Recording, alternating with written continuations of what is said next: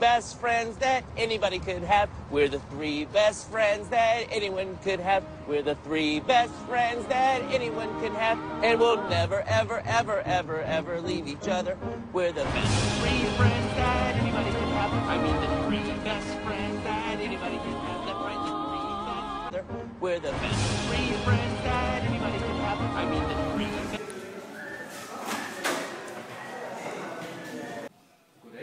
Goddag, Langholm. Goddag. Oliver. Julius. Mads. Julius. Vi har købt en kaffe til dig, og så skal du sidde der for enden af bordet. Tak skal du have. Det var bare nogle gode medarbejdere, jeg har med her. Tak.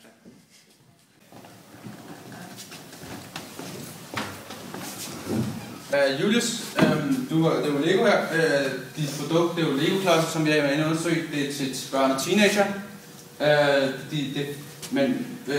Men også forældrene af de børn, som f.eks. julegaver og fødselsdagsgaver. Og så er det produktionsvirksomhed og aktievirksomhed, men det burde du gerne vide. Så har vi været inde og se på jeres år for 2013. Omsætningen er god. Der er godt nok så høje omkostninger. Resultat af primær drift er jo også god, dejligt positiv. Og resultat før skat er også dejligt positiv. Så har vi jo lavet en lille sammenligning her, for lige at hjælpe din lille virksomhed.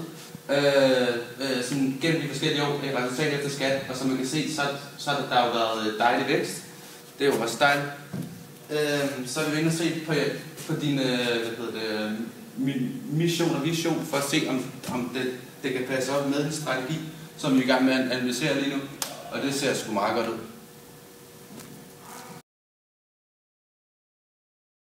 Så vil jeg give den videre til Oliver og Mads. Og så kan jeg komme heroppe nu.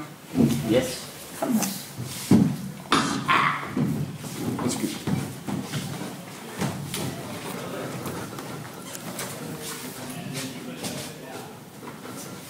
Nu vil vi også gerne tage et kig på de interne situationer. Vi har lavet sådan en penselanalyse af Lego her. Jeg vil starte med at fortælle noget om de politiske og lovgivningsmæssige forhold. Og der kan være nogle forskellige forhold her.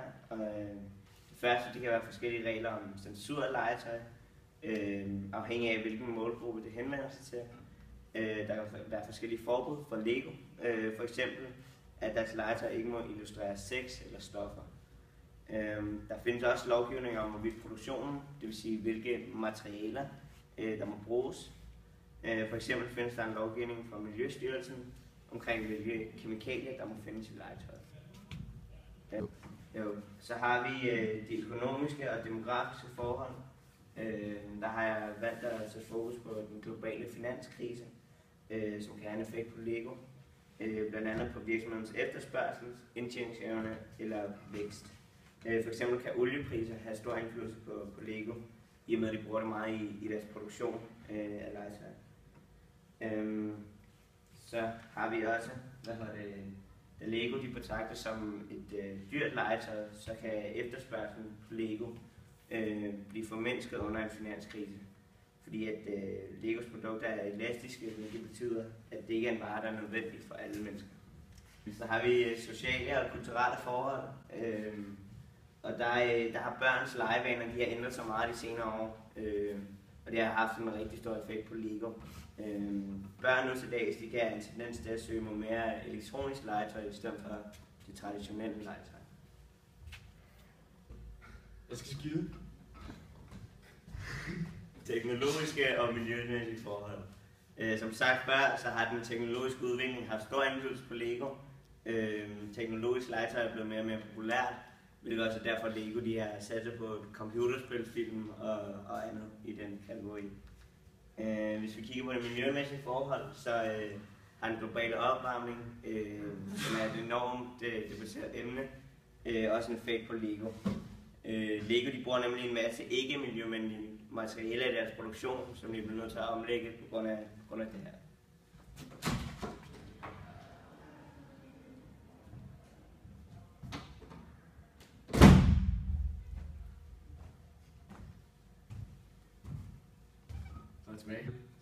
Yes. Julius, jeg har kigget lidt på konkurrencesituationen for os Lego, og jeg har taget udgangspunkt i Porters 5 Forces model. Som verdens største legetøjsvirksomhed, så er det vigtigt, at vi holder os opdateret på mulig konkurrence på et meget svingende marked, som vi netop handler på. Jeg har startet med at kigge på leverandørernes forhandlingsstyrker. Sådan som det ser ud nu, så i og med, at vi er verdens største producentvirksomhed, så vil det være meget attraktivt for blandt andet små leverandører at skulle levere store partier varer til os. Så derfor skal vi ikke frygte for, at vi mister særlig meget til leverandørerne. Truslen for potentielle indtrængere på vores marked er næsten ikke eksisterende. Det er det, fordi at vi er sådan en stor virksomhed på det marked, som vi er i, og hvilket betyder, at det vil være meget svært for en nystartet virksomhed at skulle ind på vores marked og være en direkte konkurrent til os. Køberens forhandlingsstyrke og trusler for substituerende produkter er den, vi skal være mest opmærksom på. Og det er det simpelthen fordi, at det er forbrugeren, køberen, grund til, at vi er her. Hvis det ikke har lyst til at købe vores produkter, jamen så har vi en virksomhed, og så kan vi lige så godt dreje nøglen om. Truslen fra substituerende produkter, den har ændret sig de sidste 20 år. For bare 20 år siden, der ville jeg ikke have forudset, at Microsoft eller Toshiba eller Apple være en direkte konkurrent til os. Men i og med, at forholdene har ændret sig, så betyder det, at man giver børn helt ned til 3-årsalderen en iPad eller en legetøjstablet i hånden, i stedet for at lege med Lego. Det er nok en af de største konkurrenter på vores marked, og de har været rigtig gode til at tage en stor markedsandel for os. Yes, så vi kan se her, så har vi lavet med Boston Matrix-modellen, hvor det her hernede, det er relativt markedsandel, og det er markedsvækst opad. Vi har valgt at sætte den her, vi har en rigtig stor markedsandel i Lego, men markedsvækst er faldet de seneste år, så på den måde går det ikke så godt. Nu vil vi også gerne tage at kigge på de eksterne situationer. Så vi har også kigget på Porters værdikæde, hvor vi under primær har vi valgt at placere dem under virksomhedens infrastruktur og menneskelige ressourcer.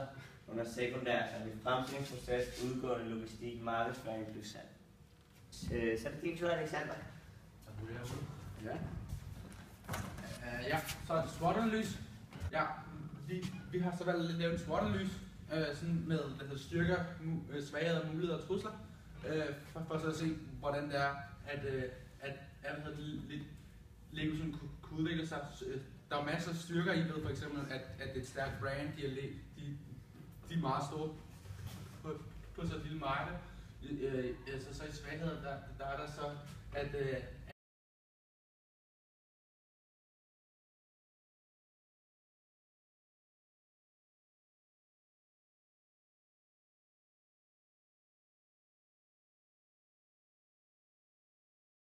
så har vi brugt den her, Ansons vækstmatrice til så at komme op med sådan tre nye punkter til vækst her til sidst.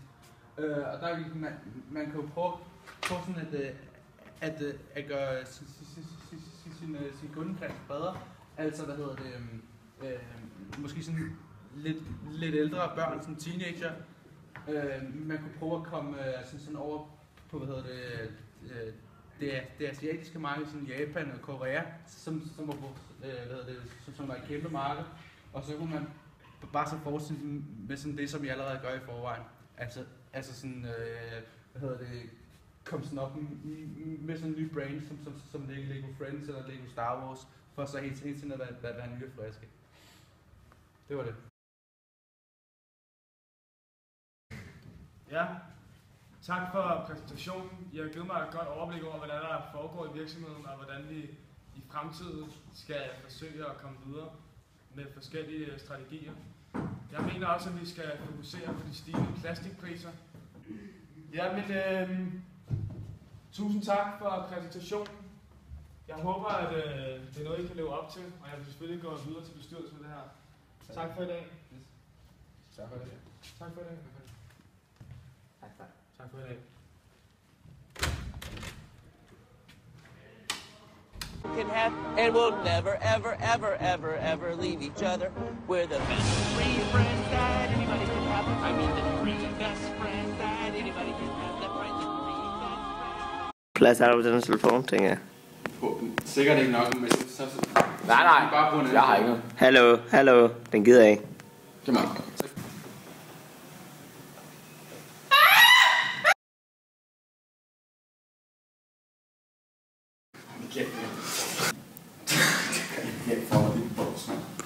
Så nu bare 3! Yes, Julius, vi har valgt at...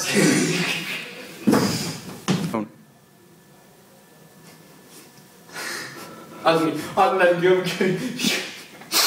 vi gør det bra. Okay, go. Julius, vi har valgt at kigge på de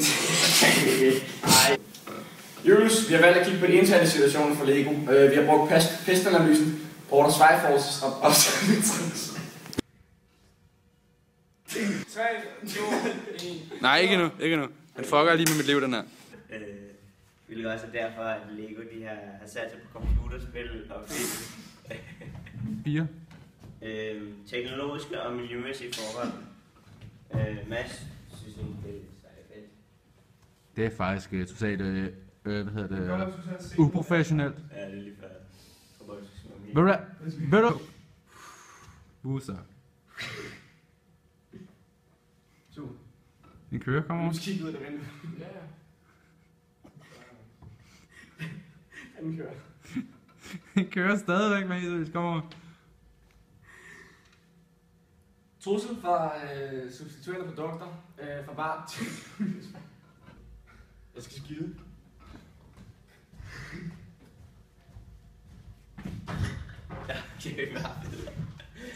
Det klipper vi bare sammen, kom så. Jeg var gerne være interesseret i to fuckhoveder. Altså, det var da helt vildt. Det var da helt vildt, altså. Jävla horrum. Du fucker, du kigger på. Jeg sidder bare og kigger ud af vinduet, så vi ikke begynder at grine. Mads, for sjælverne. Du er væk, Mads. Gå hjem med dig. Streaker!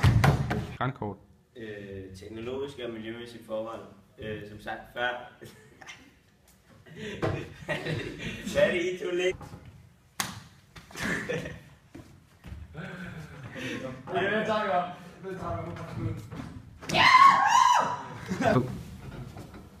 Okay, hvad fanden vil du Vi klipper det bare ud for helvede, kom over. Er vi Taliban eller hvad?